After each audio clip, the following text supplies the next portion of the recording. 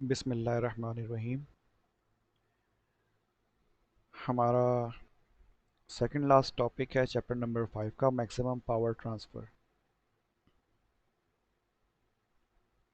ठीक।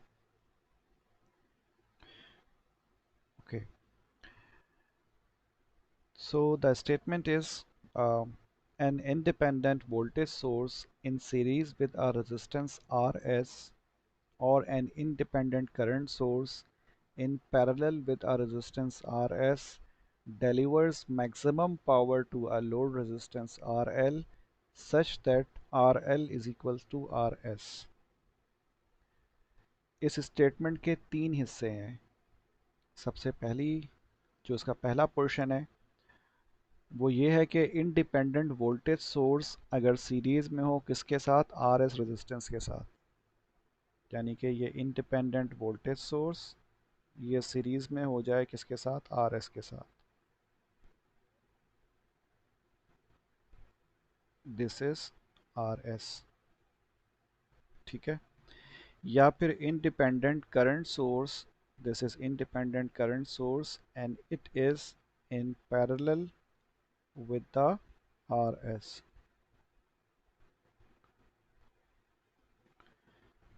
ठीक है। delivers maximum power to a load resistance RL। ठीक है। ये जो कम्बिनेशन है सीरीज कम्बिनेशन, ठीक है, ये पावर डिलीवर करेगा किसको, एक लोड रेजिस्टेंस को जो कि RL होगा। ठीक है, उसको मैक्सिमम पावर ट्रांसफ़र करेगा। इसी तरह इस केस में भी यहाँ पर भी हमारे पास एक RL लगा हुआ होगा। ठीक है, दिस इज S। तो ये हमारे पास पैरेलल कम्बिनेशन है। ठीक है। और ये हमारे पास सीरीज कम्बिनेशन है किसका, सोर्स का और रेजिस्टेंस का, यानी कि आर एस का। तो इसको आप अज्यूम कर सकते हैं कि ये हमारे पास बेसिकली क्या है, this is a voltage source.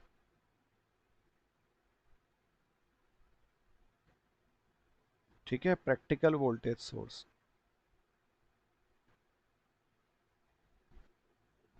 क्योंकि प्रैक्टिकल वोल्टेज सोर्स में क्या होता है कि सोर्स के साथ उसकी अपनी एक रेजिस्टेंस भी लगी हुई होती है, आर एस।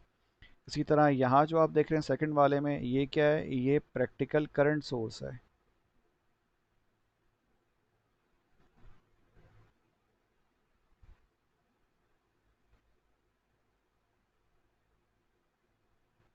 ठीक है, दोनों सोर्सेज हैं। इन दोनों सोर्सेज ने क्या करना है, इस लोड रेजिस्टेंस को पावर ट्रांसफ़र करनी है। ठीक है, इस लोड रेजिस्टेंस को पावर ट्रांसफ़र करनी है। तो मैक्सिमम पावर ये कब ट्रांसफ़र करेगा, सवाल ये है। ठीक है, ये दोनों लोड जो ये जो दोनों हमारे पास सोर्सेज हैं, यानी कि वोल्टेज सोर्स और करंट सोर्स, ये दोनों सोर्सेज इस लोड रेजिस्टेंस को मैक्सिमम पावर कब ट्रांसफ़र कर सकते हैं, दिस इज़ द थ्योरम। ठीक है। तो उसकी कंडीशन क्या है, उसकी कंडीशन ये है कि ये दोनों सोर्सेज उस वक्त मैक्सिमम पावर ट्रांसफ़र करेंगे जब हमारे पास आर एल और आर एस दोनों इक्वल हो जाएंगे। यानी कि यहाँ जो सीरीज रेजिस्टेंस मौजूद है आर एस और जो लोड रेजिस्टेंस है आर एल, ये दोनों सेम मैग्नीट्यूड के होंगे। ठीक है।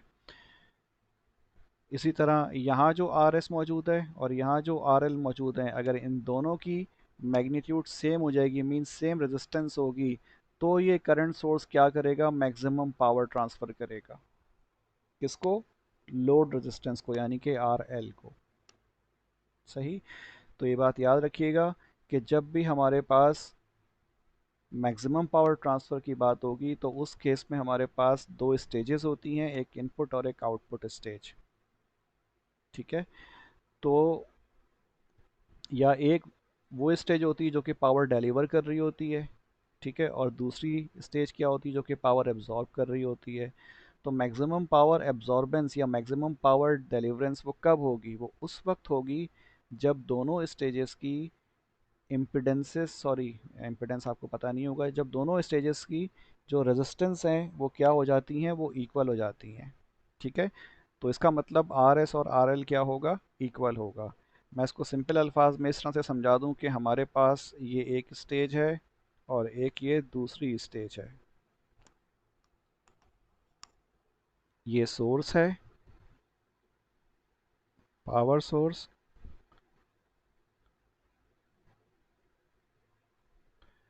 और ये हमारे पास आ, कोई भी पावर कंज्यूमिंग सोर्स है।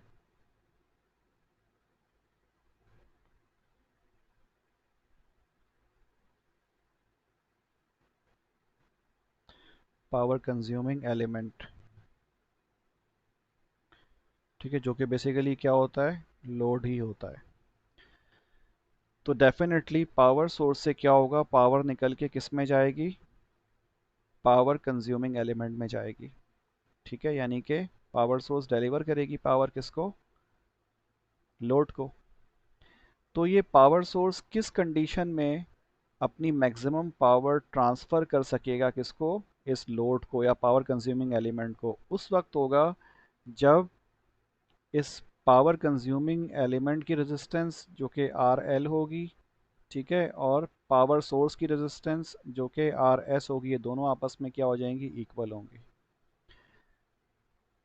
ठीक है, यानी कि लोड रेजिस्टेंस और सोर्स रेजिस्टेंस जब बैलेंस्ड होंगी तो मैक्सिमम पावर ट्रांसफ़र होगा। This is maximum power transfer condition. ठीक है, तो स्टेटमेंट का मतलब यही था।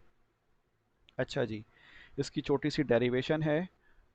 तो ऑल्दो के ये एग्ज़ाम के हवाले से इतनी इंपॉर्टेंट नहीं है कि मैं डेरिवेशन आपसे पूछूंगा, बट सिर्फ समझाने के लिए छोटी सी डेरिवेशन है, इसमें इंक्लूड कर दी है।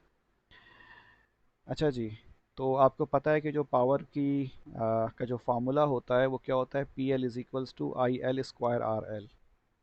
ठीक है, ये वो पावर है जो कि लोड रेजिस्टेंस कंज्यूम करेगी। ये जो आर एल आप देख रहे हैं यहाँ पर इस फिगर में, ये आर एल कितनी पावर कंज्यूम करेगा, ये आर एल इतनी पावर कंज्यूम करेगा। ठीक है, तो इस आर एल की पावर को हम क्या कहेंगे, पावर कंजम्पशन को पी एल का नाम देंगे, और P L is equals to I L square. I L वो करंट है जो कि इस आर एल से फ्लो हो रहा है, दिस इज आई एल, वो इसमें से फ्लो होगा।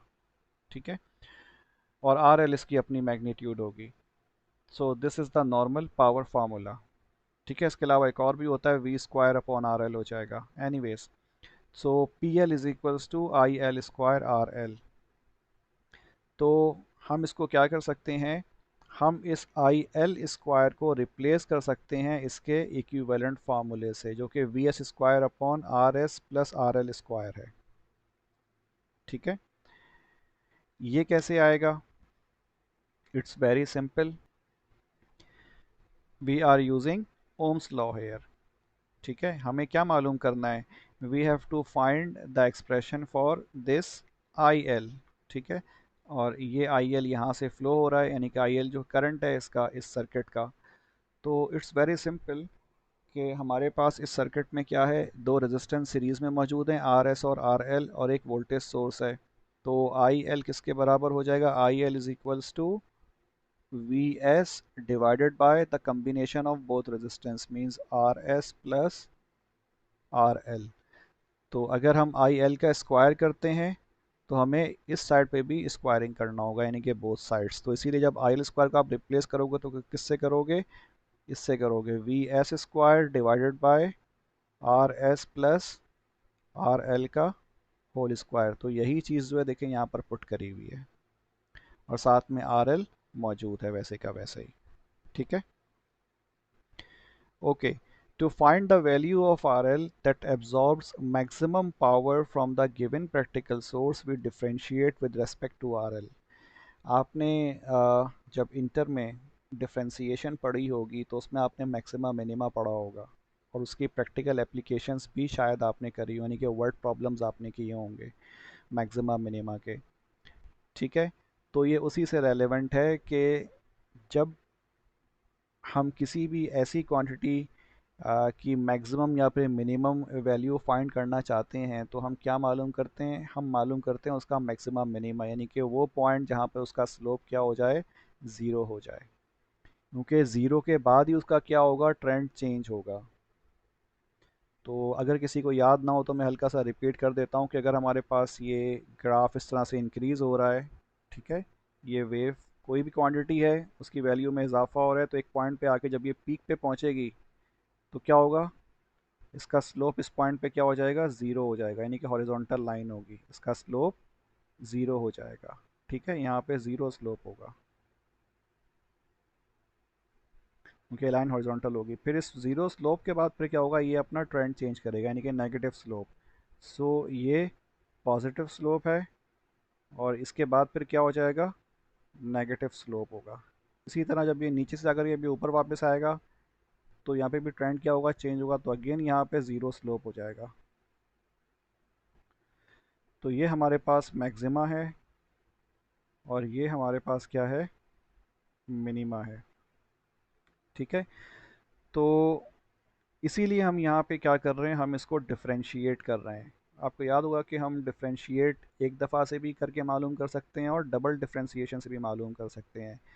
तो डबल डिफरेंशिएशन में तो हमें मालूम हो ही जाता है, अगर पॉजिटिव हो या नेगेटिव वैल्यू आए तो उससे हमें डायरेक्टली मालूम हो जाता है।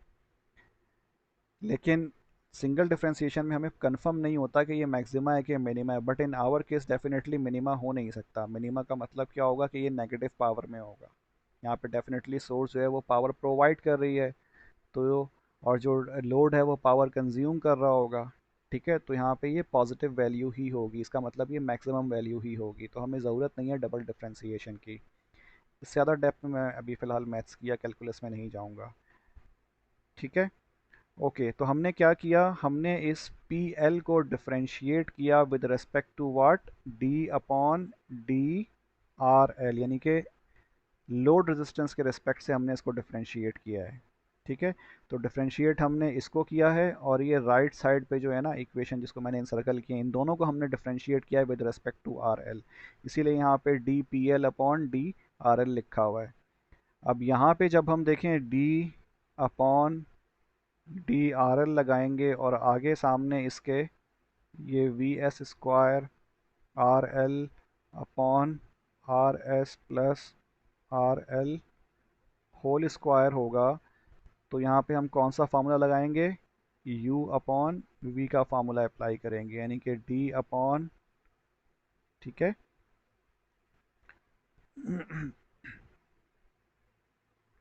ठीक है जी, हम यहाँ पे d अपॉन डी या फिर डी वी एक्स का फार्मूला अप्लाई करेंगे और ये u डिवाइडेड बाय v वाला यहाँ पे अप्लाई हो रहा है, बिकॉज यहाँ पे आप देख रहे हैं कि ये क्या है, अपॉन की फॉर्म में, डिवीजन की फॉर्म में है। ठीक, अच्छा जी, तो जब हम इसको डिफरेंशिएट कर लेंगे with respect to R L तो हमें यहाँ पे ये मिल जाएगा। आपको याद होगा ये नीचे क्या आता है, वी स्क्वायर आ जाता है। ठीक है, फिर हम एक दफ़ा इसको with respect to U differentiate करते हैं, फिर माइनस की साइन लगाते हैं और फिर with respect to V differentiate करते हैं। तो कुछ इस किस्म का फार्मूला था, मुझे भी एग्जैक्टली इतना याद नहीं है, लेकिन बहरहाल कुछ यही होता है। ठीक, तो उससे हमें क्या मिलेगा, ये एक्सप्रेशन हमारे पास हासिल हो जाएगी। सही है जी, ओके, तो ये आ गया हमारे पास। अब हमने क्या किया, मैक्सिमा मालूम करने के लिए हमने इस लेफ्ट हैंड साइड पे इसको हमने ज़ीरो से इक्वेट कर दिया, या इसको हमने रिप्लेस ज़ीरो से कर दिया। जब इसको हम ज़ीरो से पुट करेंगे तो यहाँ से are S plus R L वहाँ जाके क्या हो जाएगा, ज़ीरो हो जाएगा। ठीक है, ये ज़ीरो हो जाएगा तो हमारे पास लेफ्ट हैंड पे ज़ीरो रह जाएगा, इज़ इक्वल टू यहाँ पे ये राइट हैंड पे R S plus R L whole square V S square minus V S square R L two और फिर R S plus R L रह जाएगा। इसको हम थोड़ा सा सिंप्लीफाई करेंगे और सिंप्लीफाई करने के बाद हमें ये वाली एक्सप्रेशन मिल जाएगी। सही है, two R S plus R L is equals to R S plus R L whole square. तो जब हम इसको सॉल्व करेंगे तो हमें क्या मिल जाएगा, R S is equals to R L मिल जाएगा। कैसे मिलेगा भाई, सिंपल है, R S plus R L और ये स्क्वायर आपस में कैंसिल हो जाएंगे, क्या बच जाएगा, two R L is equals to R S plus R L. तो आर एल यहाँ आएगा तो क्या हो जाएगा, two R L minus R L is equals to R S, और ये 2 RL माइनस आर एल क्या हो जाएगा, R L is equals to R S, simple. ठीक है, तो इसीलिए हमें क्या मिल जाएगा, R S is equals to R L मिल जाएगा। तो ये हमने हासिल कर ली कंडीशन कि जब सोर्स रेजिस्टेंस और लोड रेजिस्टेंस बराबर होगी तब पावर क्या होगी, मैक्सिमम डिलीवर होगी। ठीक है, I hope this must be clear to all of you. Okay, अब क्या किया हमने, देखें ये तो कंडीशन हो गई कि R S is equals to R L होना चाहिए। तो जब भी हम चाहेंगे कि जनाब कि हम किसी सोर्स से मैक्सिमम पावर ट्रांसफ़र करें तो उसके आगे हम वो वाला लोड लगाएंगे जिसकी वैल्यू सोर्स रेजिस्टेंस के बराबर होगी। ठीक है, अगर बराबर नहीं होगी तो फिर मैक्सिमम पावर भी ट्रांसफ़र नहीं हो पाएगी, फिर हमेशा कम या कम ही होगी। ओके, अब हम मालूम करते हैं कि ऐसी सूरत में पावर डिलीवर कितनी होगी। ठीक है, what will be the magnitude of the power deliver या फिर absorb by the load resistance. तो उसके लिए हम क्या करते हैं, हमारे पास जो ये पहली वाली इक्वेशन थी, इक्वेशन नंबर 1, इसमें हम आर एल को रिप्लेस कर देते हैं किससे, आर एस से। ठीक है, यहाँ पे जहाँ जहाँ आर एल आ रहा है वहाँ वहाँ आप उसको आर एस से रिप्लेस कर दें। जब रिप्लेस करेंगे तो आपको क्या मिल जाएगा, power maximum delivered to load मिल जाएगा, और वो क्या होगा, V S square divided by 4 RS होगा। ठीक, इट्स वेरी सिंपल कि ये वी एस स्क्वायर है, आर एल की जगह पे आपने आर एस पुट कर दिया, divided by R S plus R S का होल स्क्वायर। तो ये 2 RS हो जाएगा, और 2 RS का होल स्क्वायर 4 RS स्क्वायर हो जाएगा। तो आर एस से आर एस कैंसिल हो जाएगा, नीचे 4 RS रह जाएगा और ऊपर वी एस स्क्वायर रह जाएगा। अब जो वी एस स्क्वायर है वो किसके बराबर है, आपको पता है कि ये वी थेवेनिन स्क्वायर के बराबर होता है। ये हमने शुरू में ही देखा था। ठीक है, वी एस आप देख रहे हैं, ये जो सर्किट बना हुआ है इसमें जो वी एस है ये वोल्टेज सोर्स है, और ये किसके बराबर होगा, ये वी थेवेनिन के बराबर होगा। तो वी एस स्क्वायर को हम किससे रिप्लेस कर सकते हैं, वी थेवेनिन स्क्वायर से रिप्लेस कर सकते हैं। ठीक, और फिर divided by 4 R Thevenin, because ये जो आर एस है ये बेसिकली क्या है, दिस इज आर थेवेनिन। ठीक है, हम जब थेवेनिन इक्विवेलेंट सर्किट बनाते हैं तो उसमें यहाँ पे क्या आता है, यहाँ पे वी थेवेनिन आता है। ठीक है, साथ में सीरीज में क्या होता है, यहाँ पे आर थेवेनिन होता है और फिर आर एल होता है। तो इसका मतलब वी एस जो है आपका वो क्या है, वी थेवेनिन है। ठीक है, इसी तरह जो आर थेवेनिन है आपका वो आर एस के बराबर है। तो जो हमारे पास फार्मूला बना एक्चुअली मैक्सिमम पावर डिलीवर का, वो कितना आया, V Thevenin square divided by 4 R Thevenin. ठीक है, तो कंडीशन क्या हुई, R S must be equal to R L, and the maximum power deliver to the load will be V Thevenin square divide by 4 RTH। Okay, ये दो चीज़ें याद रखिएगा। ओके जी, अब ये क्वेश्चन है example number 5.1 which is relevant to the maximum power deliver for the circuit given. Find a load resistance so that maximum power is transferred to it from the amplifier and calculate the maximum power absorbed. ठीक है, ये जो आप circuit देख रहे हो, this circuit यानी कि इतना हुआ जो पोर्शन है ये किसका है, ये एक एम्पलीफायर सर्किट है। ये आप लोग आगे जब ईसीडी पढ़ेंगे, इलेक्ट्रॉनिक सर्किट एंड डिवाइस, नहीं, इलेक्ट्रॉनिक सर्किट डिज़ाइन, ईसीडी, ठीक है, तो उसमें आप लोग ये देखेंगे, ये ट्रांजिस्टर का बेसिकली हाइब्रिड मॉडल है। ठीक है, तो खैर दिस इज़ द एम्पलीफायर, और इसके साथ में क्या लगा हुआ है, एक लोड रेजिस्टेंस लगी हुई है। तो ये एम्पलीफायर क्या करेगा, ये पावर ट्रांसफ़र करेगा किसको, आरएल को। तो आप लोगों को पता है कि मैक्सिमम पावर ट्रांसफ़र कब होगी, जब आर एस और आर एल बराबर हो जाएं। तो यहाँ पे हम आर एल की क्या मैग्नीट्यूड लगाएं आगे कि मैक्सिमम पावर ट्रांसफ़र हो। तो इसका मतलब क्या हुआ, हमें बेसिकली इस एम्पलीफायर का आर एस कैलकुलेट करना है, या फिर हमें इसका आर थेवेनिन कैलकुलेट करना है। ठीक है जी, तो अगर हमें आर थेवेनिन मालूम हो गया इस राइट साइड वाले पोर्शन का जो कि मैंने इंसर्कल किया है, तो उसी वैल्यू का हम क्या लगाएंगे, आगे आर एल लगाएंगे, तब मैक्सिमम पावर ट्रांसफ़र करेगा ये एम्पलीफायर किसको, आर एल को। ठीक है जी। और वो कितना करेगा उसका हमें फार्मूला पता है, बिकॉज जब हम आर थेवेनिन मालूम करेंगे तो डेफिनेटली हम साथ में वी थेवेनिन भी मालूम करेंगे, और फार्मूले में हमारे पास आर थेवेनिन और वी थेवेनिन आ रहा है, बस वैल्यूज पुट करेंगे और मैक्सिमम पावर निकाल लेंगे जो कि डिलीवर हो रही होगी। ओके। अच्छा जी, तो हमने क्या किया, हमने इसी सर्किट को देखते हुए दो सर्किट बना लिए अपने पास अपनी आसानी के लिए, एक आर थेवेनिन के लिए, ठीक है, और दूसरा वी ओपन सर्किट के लिए, जो कि हम पहले भी करते आए हैं जब हमने थेवेनिन इक्विवेलेंट सर्किट्स हमने फाइंड किए थे। ठीक है। ओके। तो पहला काम हम क्या करते हैं, हम आर थेवेनिन मालूम करते हैं। ठीक है, फॉर आर थेवेनिन जब हम आर थेवेनिन मालूम करते हैं तो आपको रूल याद होगा कि आर थेवेनिन मालूम करने के लिए जितनी भी इंडिपेंडेंट सोर्सेज होती हैं उनको हम क्या कर देते हैं, किल कर देते हैं या फिर रिमूव कर देते हैं। तो यहाँ पर हमारे पास इस सर्किट में एक ही इंडिपेंडेंट सोर्स है जो कि वोल्टेज सोर्स है। एक और सोर्स है लेकिन वो डिपेंडेंट सोर्स है। ठीक है। ये करंट डिपेंडेंट सॉरी ये वोल्टेज डिपेंडेंट करंट सोर्स मौजूद है, वोल्टेज डिपेंडेंट करंट सोर्स। सही है। तो हम इंडिपेंडेंट सोर्सेज को तो किल करते हैं लेकिन डिपेंडेंट को किल नहीं करते हैं। तो इसका मतलब जब हम इसको किल कर देंगे तो इसको हम किल कैसे करेंगे, शॉर्ट सर्किट से रिप्लेस करेंगे। तो इसीलिए आप देख रहे हैं यहाँ पे ये जो पोर्शन है ये शॉर्ट सर्किट से रिप्लेस हुआ हुआ है। सही है। अच्छा, अब इसमें मज़े की बात क्या है, वो ये कि जब इसको आपने शॉर्ट सर्किट किया तो इसका मतलब इस पोर्शन में सर्किट के क्या हुआ, कोई भी सोर्स मौजूद नहीं है। देखें, इस सर्किट के दो हिस्से हैं, अगर मैं इसको डिवाइड कर दूं, एक लेफ़्ट वाला है और एक राइट वाला है। ठीक है। इस लेफ़्ट वाले से करंट फ्लो होके यहाँ नहीं जा सकता क्योंकि यहाँ पे क्या है, एक ही पाथ है। ठीक। यहाँ से करंट साथ जा भी रहा होगा और वापस भी आ रहा होगा, ये पॉसिबल नहीं है क्योंकि ये ग्राउंड है एक तरह से। ठीक है जी।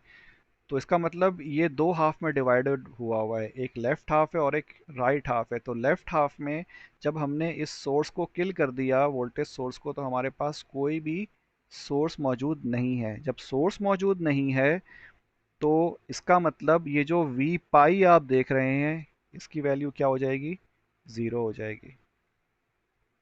ठीक है। इसकी वैल्यू क्या हो जाएगी, ज़ीरो हो जाएगी वी पाई की, बिकॉज इस पोर्शन में कोई सोर्स ही नहीं है। अब जब ये वी पाई ज़ीरो हो जाएगा, this V pi is equals to zero, तो ये जो वोल्टेज डिपेंडेंट करंट सोर्स है ये वी पाई पे डिपेंड कर रहा है। इसका मतलब अब ये वाली सोर्स भी क्या हो जाएगी, ज़ीरो हो जाएगी। और इस सोर्स के ज़ीरो होने का मतलब क्या है कि ये ओपन सर्किट में कन्वर्ट हो जाएगा। ठीक है। अब ये वोल्टेज सोर्स मौजूद नहीं है। इसका मतलब जो आर थेवेनिन हमारे पास ये है, ये जो फेस कर रहा है रेजिस्टेंस, इस तरफ हमारे पास सिर्फ जो रेजिस्टेंस मौजूद है वो कितनी मौजूद है, बस 1 किलो ओम मौजूद है। ये तो शामिल ही नहीं है बिकॉज इसको आप ऐड ही नहीं कर सकते इसके साथ, क्योंकि ये सिर्फ सिंगल वायर से जुड़ी हुई है बस। ठीक है। और जब तक ये सिंगल वायर से जुड़ी हुई है, आप इस 1 किलो ओम को और ये 317 और 5 किलो ओम को आप आपस में एडअप नहीं कर सकते। दिस इज अदर पोर्शन जो कि डेड हुआ हुआ है बिल्कुल, this is dead portion of the circuit. ठीक है। या फिर डेड रेजिस्टेंस आप कह सकते हैं इस केस में फिलहाल। ठीक है जी। तो इसका मतलब क्या हुआ, हमारे पास जब ये वी पाई ज़ीरो हो गया तो ये करंट सोर्स अब मौजूद नहीं रही। ठीक है। अब ये मौजूद नहीं रही क्योंकि ये ज़ीरो हो गया था वी, इसका मतलब ये ज़ीरो एम्पियर करंट हो गया। ठीक है। तो अब ये मौजूद नहीं रहा, अब क्या रह गया, सिर्फ ये 1 किलो ओम की रेजिस्टेंस रह गई। ठीक है। तो इस एक इंडिपेंडेंट सोर्स को किल करने से हमारे क्या क्या बेनिफिट हुआ कि डिपेंडेंट सोर्स ऑटोमेटिकली गायब हो गई, यानी कि ओपन सर्किट हो गई। तो हमने आर थेवेनिन मालूम कर लिया, वो कितना आया, 1 किलो ओम आ गया, बिकॉज अब ये सिर्फ 1 किलो ओम ही मौजूद है इस सर्किट में, बाकी ये पोर्शन मौजूद नहीं है एक तरह से, वो virtually it is the dead portion of the circuit, या फिर डेड रेजिस्टेंस मौजूद है यहाँ पे, इनका कोई इफेक्ट नहीं है। ओके। क्योंकि डायरेक्टली कनेक्टेड ही नहीं है। ठीक है जी। तो इसका मतलब क्या हुआ, हमने आर थेवेनिन मालूम कर लिया जो कि बेसिकली कितना है, 1 किलो ओम है। और कंडीशन क्या थी मैक्सिमम पावर ट्रांसफ़र के लिए, कि R L should be equal to R S या फिर R L should be equals to R Thevenin. तो हमने आर थेवेनिन मालूम कर लिया, इसीलिए जो भी हम लोड लगाएंगे वो 1 किलो ओम का अगर लगाएंगे, यहाँ पर अगर मैं यहाँ पे रेजिस्टेंस लगाऊँ 1 किलो ओम की, ठीक है, तो इस सूरत में ये जो सर्किट है ये क्या करेगा, मैक्सिमम पावर ट्रांसफ़र करेगा। ठीक है। ये जो आर एल आप ऊपर देख रहे हैं पहले सर्किट में, अगर ये 1 किलो ओम की लग जाए तो ये एम्पलीफायर सर्किट क्या करेगा, इस 1 किलो ओम के रेजिस्टर को मैक्सिमम पावर ट्रांसफ़र करेगा, because this 1 kilo ohm is actually the value of R Thevenin of this amplifier circuit या फिर this source circuit, इसका R ऐसा ही है। ओके। अच्छा जी, अब V Thevenin का हम कैलकुलेट करते हैं कि V Thevenin क्या होगा इसका। तो V Thevenin के लिए हम क्या करते हैं, हम जो आर एल है इसको रिमूव करके ओपन सर्किट कर देते हैं। तो इसीलिए आप देख रहे हैं यहाँ पे इसको हमने ओपन सर्किट कर दिया है after removing the are L. ठीक है। अच्छा जी, अब जो वी ओपन सर्किट है इसको हम नेक्स्ट स्लाइड पे लेके जाते हैं, वहाँ पे दोबारा ये चीज़ रिपीट हो रही है। ओके। ये हमने इसको वी ओपन सर्किट किया हुआ है इस स्लाइड में भी। ठीक है। और फॉर वी थेवेनिन हम क्या मालूम कर रहे हैं, वी ओपन सर्किट मालूम कर रहे हैं, यानी कि इस टर्मिनल पे जो वोल्टेज मौजूद है वो मालूम कर रहे हैं। तो इट्स वेरी सिंपल कि ये जो 0.03 वी एक्स है इसका करंट कुछ इस तरीके से फ्लो होगा। ठीक है। यानी कि direction of flow of current क्या है, फ्रॉम बॉटम टू अप है। इसका मतलब इस रेजिस्टेंस की ये प्लस हो जाएगा और ये माइनस हो जाएगा अगर हम डायरेक्शन देखें। जबकि जो वोल्टेज यहाँ पर दिया हुआ है, ठीक है, अगर हम इसको दोबारा बनाता हूँ मैं यहाँ पे,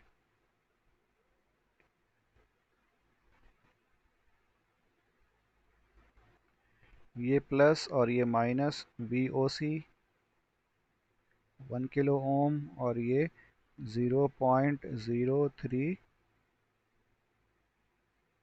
वी पाई। ठीक है। तो अब ये करंट इस तरह से फ्लो हो रहा है रेजिस्टेंस से, इसका मतलब रेजिस्टेंस के अक्रॉस जो वोल्टेज होगा वो कुछ इस तरीके से होगा, प्लस और minus, because direction of current ये है। तो हायर से लोअर की तरफ ये जा रहा है, यानी कि ऊपर की तरफ जा रहा है। जबकि हमने जो वी ओपन सर्किट लिया हुआ उसका हमने प्लस ऊपर लिया और माइनस ऊपर लिया है। तो इसका मतलब क्या हुआ कि 1 किलो ओम के अक्रॉस जो वोल्टेज डेवलप हो रहा है बिकॉज ऑफ दिस 0.03 वी पाई, वो नेगेटिव वोल्टेज डेवलप हो रहा है, यानी कि वी ओ सी जो है वो नेगेटिव होगा। ठीक है जी। तो इसीलिए हमने यहाँ पे क्या लिया हुआ है, minus 0.03 V pi multiply by 1000, this 1000 is this 1 kilo ohm. ठीक है। जाहिर सी बात है जब ये करंट इसमें से फ्लो होगा तो current multiply by resistance, voltage हो जाएगी इस रेजिस्टेंस के अक्रॉस। तो वो क्या होगी, प्लस इधर है माइनस इधर हो जाएगी। लेकिन वी ओ सी जो है इसका प्लस ऊपर है और माइनस नीचे है, तो इसका मतलब एक्चुअली अगर इसको हम माइनस कर दें, माइनस वी ओ सी, ठीक है, अगर इसको हम माइनस वी ओ सी कर दें तो ये किसके बराबर हो जाएगा, 0.03 V pi multiply by 1 kilo ohm. ठीक है। और फिर ये माइनस राइट पे चले जाएगा तो वी ओ सी हमें मिल जाएगा, V O C is equal to minus 0.03 V pi multiply by 1 kilo ohm. It's very simple.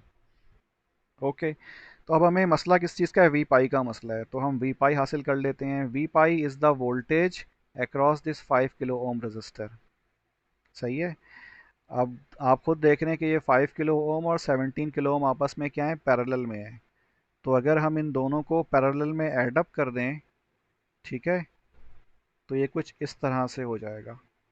ये 300 ओम और इन दोनों को पैरेलल में ऐड करने के बाद हमें कितना मिलेगा, 3864 ओम। और ये प्लस माइनस, ये करंट, सॉरी, ये वोल्टेज सोर्स है, 2.5 साइन 440 टी मिली वोल्ट। तो हमें वोल्टेज कहाँ का चाहिए, हमें वी पाई चाहिए। ठीक है। V pi is the voltage across the parallel combination of 17 kilo ohm and 5 kilo ohm, यानी कि यहाँ पे प्लस और यहाँ पे माइनस, तो ये क्या है, वी पाई मौजूद है। ठीक है। दिस इज वी पाई। तो अगर आप गौर करें, वी पाई इस टर्मिनल का या फिर सॉरी इस नोड का वोल्टेज है। ठीक है। तो इस नोड का वोल्टेज बेसिकली क्या हो जाएगा, हम कैसे मालूम कर सकते हैं, 300 ओम। ठीक है, मैं मुझे दोबारा शायद बनाना पड़ जाए लेकिन खैर।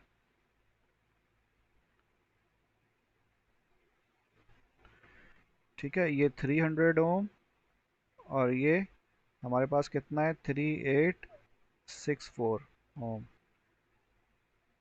और ये प्लस माइनस, ठीक है, ये जो भी वैल्यू है हमारे पास v की, लंबी मैं लिख नहीं रहा इसको। तो इस यहाँ से लेकर के यहाँ तक हमारे पास वोल्टेज क्या है, v पाई है, आप देख भी सकते हैं कि ये पैरेलल कम्बिनेशन है किसका, इन 5 किलो ओम और 17 किलो ओम का। तो simple we can use voltage divider, हमें इस पॉइंट का वोल्टेज चाहिए, ये वी पाई है, ठीक है, दिस इज़ वी पाई। ठीक, तो आप क्या करेंगे, सिंपल ये हमारे पास वोल्टेज की वैल्यू है 2.5 multiply by 10⁻³ -3 into sine 440t। ये जो वोल्टेज सोर्स है ये टाइम डिपेंडेंट है, ठीक है, ये टाइम के साथ इसकी वैल्यू चेंज होगी, आप टाइम की वैल्यू पुट करोगे आपको वी पाई मिल जाएगा, या फिर वोल्टेज सोर्स की वैल्यू मिलेगी। तो हमने क्या लगाया यहाँ पे, वोल्टेज डिवाइडर लगाया, तो हमें क्या चाहिए, ऊपर हम क्या रखेंगे 3864, यानी कि ये वाला रेजिस्टेंस रखेंगे जिसके अक्रॉस हमें वोल्टेज चाहिए, ठीक है, from this point two the ground. ठीक है जी, तो हमने 3864 ऊपर रखा, बाकी इन दोनों रेजिस्टेंस का कम्बिनेशन कहाँ आ जाएगा, डिनोमिनेटर में आ जाएगा। ये आपको वोल्टेज डिवाइडर पता होना चाहिए। इसको मल्टीप्लाई किया हमने तो हमें क्या मिल जाएगा, हमें वी पाई मिल जाएगा, ठीक है, ओके। तो जब हम इसको सॉल्व करेंगे तो सॉल्व करने के बाद हमारे पास यहाँ पे एक नंबर आ जाएगा, ठीक है, और ये नंबर को हम मल्टीप्लाई किससे कर देंगे, इसके कोफिशिएंट से, यानी कि जो भी एम्पलीट्यूड है। तो हमें क्या मिल जाएगा, after multiplication we will get -69.6, ठीक है, और ये आगे साइन 440t मौजूद है। तो देखें ये जो साइन 440t था इसको हम नहीं छेड़ेंगे, हमें छेड़ना किसको है, मल्टीप्लाई किसको करना है, हमें कोफिशिएंट को मल्टीप्लाई करना है, ये एम्पलीट्यूड कहलाता है वोल्टेज सोर्स का, ठीक है, इसको हम मल्टीप्लाई करेंगे इससे, राइट, करके चेक कर लीजिएगा। तो ये क्या आ जाएगा, -69.6 आ जाएगा वी पाई, ठीक है, लेकिन कब, ये हमने वी पाई मालूम किया है ना, ठीक है, सॉरी, ये वी पाई मालूम किया है, दोनों को मल्टीप्लाई करेंगे और फिर इसको हम पुट कहाँ करेंगे, यहाँ पर पुट कर देंगे, -30 से मल्टीप्लाई करेंगे वी पाई को, ठीक है। क्या किया है हमने, मैं थोड़ा आराम से बता देता हूँ, इसको हमने मल्टीप्लाई किया है किसके साथ, इसके साथ, ठीक है। जब मल्टीप्लाई करेंगे तो हमें क्या मिल जाएगा, हमें यहाँ पर एक नंबर मिलेगा, एक्स नंबर मिल गया, और आगे साइन 440t मौजूद होगा। ये क्या होगा, ये वी पाई है, इस वी पाई को उठा के हम कहाँ पुट कर देंगे, यहाँ पुट कर देंगे। जब ये पुट करेंगे तो हमें क्या मिलेगा, हमें वी ओपन सर्किट मिलेगा, और ये वी ओपन सर्किट बेसिकली क्या होगा, वी थेवेनिन होगा। तो यहाँ पे जो है वी थेवेनिन ही लिखा हुआ है, ठीक है, थेवेनिन इक्विवेलेंट वोल्टेज, जो कि -69.6 साइन 440t मिली वोल्ट है, ठीक है जी। तो ये हमने क्या मालूम कर लिया, this is V Thevenin, and 1 kilo ohm हमने पहले मालूम किया था। तो इसका मतलब ये वोल्टेज सोर्स हो गई और साथ में सीरीज में क्या आ गया, 1 किलो ओम आ गया, ठीक है, और ये -69.6 साइन 440t मिली वो, ठीक है जी, ये हमारे पास थेवेनिन इक्विवेलेंट सर्किट आ गया। अच्छा जी, मैक्सिमम पावर हमें मालूम करना है तो उसके लिए हमें वी थेवेनिन चाहिए और आर थेवेनिन चाहिए। तो वी थेवेनिन ये रहा, आर थेवेनिन ये रहा, पुट करें और जवाब निकाल लें। This is the maximum power which will be dissipated by the load resistance or which must be supplied by the source, ठीक है, वोल्टेज सोर्स। ये जो वोल्टेज सोर्स लगी हुई है ये और ये मिल करके इतनी पावर डिलीवर कर रहे होंगे लोड को, ठीक है, और लोड कितना होना चाहिए, load must be equals to 1 kilo ohm, ठीक है, क्योंकि 1 kilo ohm basically R S या फिर आर थेवेनिन के बराबर था, यानी कि सर्किट के अपने रेजिस्टेंस के बराबर था, ओके। प्रैक्टिस प्रॉब्लम 5.10 है, मैंने इसे सॉल्व नहीं करके यहाँ पे ऐड किया है, तो ये आप लोग खुद ट्राई कीजिएगा, होपफुली हो जाएगा इंशाल्लाह। अच्छा जी, जो लास्ट टॉपिक है इसका वो है डेल्टा वाई कन्वर्जन। बाज़ औक़ात हमारे पास ऐसी सिचुएशन आ जाती हैं कि जो रेजिस्टेंस होती हैं वो आपस में कनेक्टेड तो होती हैं, लेकिन उनका कम्बिनेशन ना ही सीरीज़ होता है ना ही पैरेलल बन रहा होता है। तो ऐसी सिचुएशन में हम डेल्टा वाई कनेक्शन इस्तेमाल करते हैं अपने रेजिस्टेंस को आपस में ऐड अप करने के लिए या फिर सिंप्लीफाई करने के लिए, ठीक है। तो याद रखें कि बाज़ औक़ात ऐसी सिचुएशंस अकर हो जाती हैं जहाँ पर हमारे पास रेजिस्टेंस का कम्बिनेशन ना ही सीरीज़ बन रहा होता है और ना ही पैरेलल बन रहा होता है। तो ऐसी सिचुएशंस में हम डेल्टा वाई कन्वर्जन इस्तेमाल करते हैं, यानी कि अगर वो डेल्टा की फॉर्म में तो उसे वाई में कन्वर्ट कर लें, अगर वाई है तो उसको डेल्टा में कन्वर्ट करके अपने लिए आसानियाँ पैदा कर लें कि आप उस रेजिस्टेंस की का जो नेटवर्क है उसको सिंप्लीफाई कर सकें। ठीक है जी। क्या होता है वो यहाँ पे देख लें। पहले हम देख लेते हैं डेल्टा कनेक्शन। तो आपको नज़र ही आ रहा है कि ये जो शेप आप देख रहे हैं this is in the form of delta. ठीक है, ये डेल्टा की शेप होती है। थोड़ा सा उल्टा है ये, लेकिन ये कुछ इस शेप का होता है हमारे पास डेल्टा। ठीक है, इसको आप रिवर्स करके अज्यूम कर सकते हैं, ये दिया हुआ भी है। Okay, so this is the shape of delta. तो ये इस सूरत में भी मुमकिन है। देखें, जाहिर सी बात है ये बेसिकली इसी से मिलके बना है। ठीक है, हम इस नोट को क्या करते हैं, उठा करके एक कॉमन पॉइंट पे ले आते हैं, तो हमें ये मिल जाएगा सर्किट। तो ये क्या है, डेल्टा है हमारे पास। इसमें हमारे पास तीन रजिस्टर मौजूद हैं, R A, R B, R C. ठीक है, this is R A, R B और आर सी। और जो दूसरी कम्बिनेशन है हमारे पास वो क्या है, वाई कनेक्शन है। तो आप देख सकते हैं वाई कनेक्शन है। यहाँ पे हमारे पास एक कॉमन पॉइंट है। सही है, इस कॉमन पॉइंट के साथ हमारे पास तीन रेजिस्टेंस अटैच हुई हुई हैं, आर वन, आर टू और आर थ्री। तो इसी फिगर को हम इस फॉर्म में भी बना सकते हैं। हमने कॉमन पॉइंट रखा और इसको उठा करके हम थोड़ा सा ऊपर ले गए, इसको उठा के हम थोड़ा सा ऊपर ले गए, तो हमारे पास ये वाली शक्ल बन जाएगी। और ये कौन सी शक्ल है, ये वाई की शक्ल है। तो इसीलिए इसका नाम क्या रखा हुआ है, डेल्टा वाई कन्वर्शन।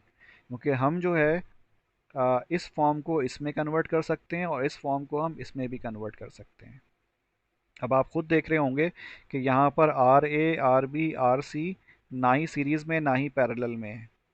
ठीक है, सीरीज़ का मतलब क्या है, अगर ये आर ए और आर बी सीरीज़ में होते तो यहाँ पर ये वाला नोड से ये तार नहीं निकल रही होती बाहर, कनेक्शन नहीं जा रहा होता।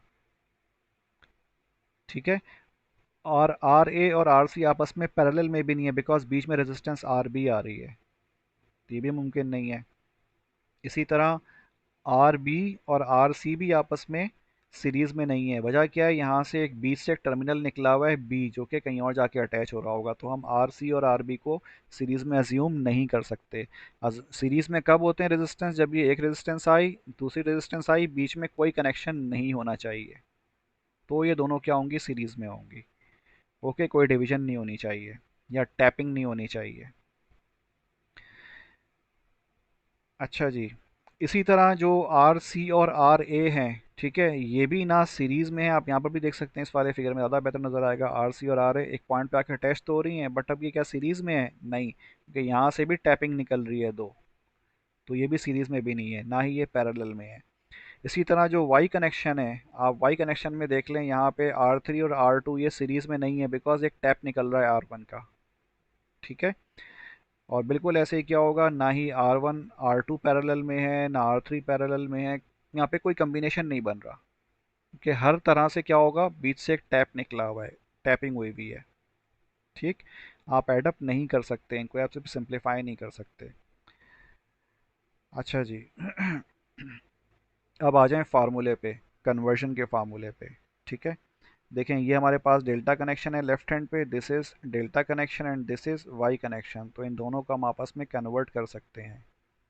ठीक है, यानी कि आर ए और आर बी का combination, R B R C का combination, R A R C का कम्बिनेशन, इसको हम किससे रिप्लेस कर सकते हैं, by R one, R two और आर थ्री से रिप्लेस कर सकते हैं। कैसे, ऐसे, ये क्या है, this delta is equivalent to Y if R A is equal to R one, R two, R two R three, R three R one divide by R two. यानी कि जो आर ए है इसकी वैल्यू किसके बराबर होनी चाहिए, इस फार्मूले के बराबर होनी चाहिए। और आर बी जो है वो इसके बराबर होगा, ये आर सी जो है ये इसके बराबर होगा। It's very simple. अगर आपके पास ये वाई कनेक्शन मौजूद हो जिसमें R one, R two, R three हो, और आप इससे क्या बनाना चाहो, आप इससे बनाना चाहो डेल्टा कनेक्शन, तो सिंपली आप क्या करोगे, आपको क्या चाहिए, आपको आर ए की वैल्यू चाहिए, आर बी की चाहिए और आर सी की चाहिए। तो आर ए की आपको यहाँ से मिल जाएगी, आर बी की मिल जाएगी, आर सी की मिल जाएगी। ठीक है। आपको इसके लिए क्या चाहिए, आर वन की वैल्यू चाहिए तो आर वन हमें पता होगा, आर टू चाहिए, आर टू हमें मालूम होगा, आर थ्री चाहिए, आर थ्री भी हमें पता होगा। ठीक है। तो इससे आप क्या निकाल सकते हो, आर ए निकाल सकते हो। इसी तरह आप आर बी और आर सी निकाल लोगे। ये निकाला आपने, इसको इस शेप में कन्वर्ट किया और फिर इनकी वैल्यूज पुट कर दी, आर ए, आर बी और आर सी की। It's very simple. ठीक है। इसी तरह अगर हमें क्या करना हो, this y is equivalent to the delta if R one, R two, R three. ठीक है। अगर आप चाहते हो कि आप इसे कन्वर्ट करो डेल्टा को y में, तो फिर डेफिनेटली आपको आर ए की वैल्यू पता होगी, आर बी की पता होनी चाहिए, आर सी की। तो आप ये वैल्यूज़ कहाँ पुट करेंगे इन फार्मूलाज में, तो हमें आर वन, आर टू और आर थ्री मिल जाएगा। और ये कहाँ पर मौजूद है, इधर मौजूद है, आर वन, आर टू और आर थ्री। ठीक है जी। तो ये फार्मूलाज आपको याद रखने, और ये कोई इतना मुश्किल काम नहीं है। सही। आप देख सकते हैं कि कि अगर हम आर ए मालूम कर रहे हैं तो आर ए हमारे पास ये है। ठीक है। इसके ऑपोजिट क्या मौजूद होना चाहिए, यानी कि अगर हम ड्रॉ करें यहाँ पे तो ये हमारे पास आर ए होगा। ठीक है। इस सर्किट में तो इस आर ए के ऑपोजिट कौन सा मौजूद है, आर टू मौजूद है। तो ये आर टू आप कहाँ लिखोगे, नीचे लिखोगे। तो हमेशा जो आर ए का ऑपोजिट होगा वो आप कहाँ लिखोगे, डिनोमिनेटर में लिख दोगे। और न्यूमरेटर में क्या होगा, इन सब का कम्बिनेशन होगा। मीन्स आर वन को मल्टीप्लाई कर दें आर टू से तो ये आर वन आर टू, फिर आर टू आर थ्री तो ये आर टू आर थ्री आ गया, और फिर आर थ्री आर वन तो ये आर थ्री आर वन आ गया। तो इसमें बस कैच किया है, इसको याद रखने का आसान तरीका क्या है कि जहाँ पे आर ए ड्रॉ किया हुआ है, ये आर ए ड्रॉ किया हुआ है लेफ्ट हैंड पे, तो इसका जो ऑपोजिट रेजिस्टेंस है वो कहाँ आ जाएगी, डिनोमिनेटर में आ जाएगी। इसी तरह आप देख सकते हैं कि आर बी है, आर बी किधर ड्रॉ होना चाहिए, आर बी सर्किट में यहाँ ड्रॉ होना चाहिए। This should be R B. इसका ऑपोजिट रेजिस्टेंस कौन सा है, आर थ्री है, तो आर थ्री देखें आप यहाँ डिनोमिनेटर में आया हुआ है। और न्यूमरेटर क्या है हमारे पास, सेम है, R one R two, R two R three और आर थ्री आर वन। ठीक है। R one R two, R two R three और R three R one. Simple. R C कहाँ ड्रॉ होना चाहिए इस सर्किट में, यहाँ ड्रॉ होना चाहिए। ठीक है। ये आर सी होगा। इसका ऑपोजिट कौन सा है, आर वन है, तो आर वन कहाँ आ गया है, नीचे आ गया है। न्यूमरेटर सेम है। ठीक है। मल्टीपल तीनों का बारी बारी। ओके। इसी तरह जो आर वन है हमारे पास, ठीक है, अगर हमें ये मालूम करना है with the help of this R A, तो आपको पता है कि आर वन किधर आएगा, आर वन इन दोनों के दरमियान में आएगा, आर ए और आर बी के दरमियान में, कुछ इस तरह से होगा। ठीक है। This will be R one,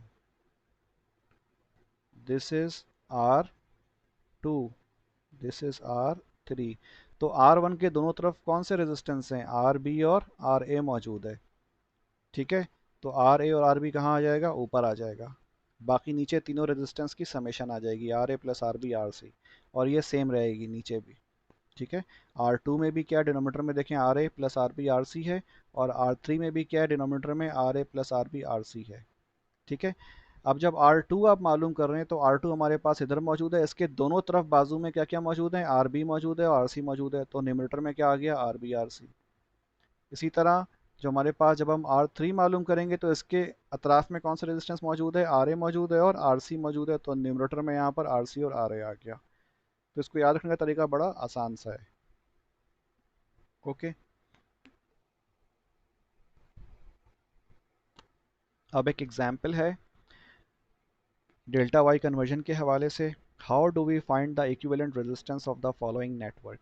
ठीक है। ये आपको एक नेटवर्क गिवन है, इसमें अगर आप गौर करें तो हमारे पास दो डेल्टा मौजूद हैं, delta combination of 1 ohm, 3 ohm and 4 ohm, और 2 ओम, 3 ओम और 5 ओम। ठीक है।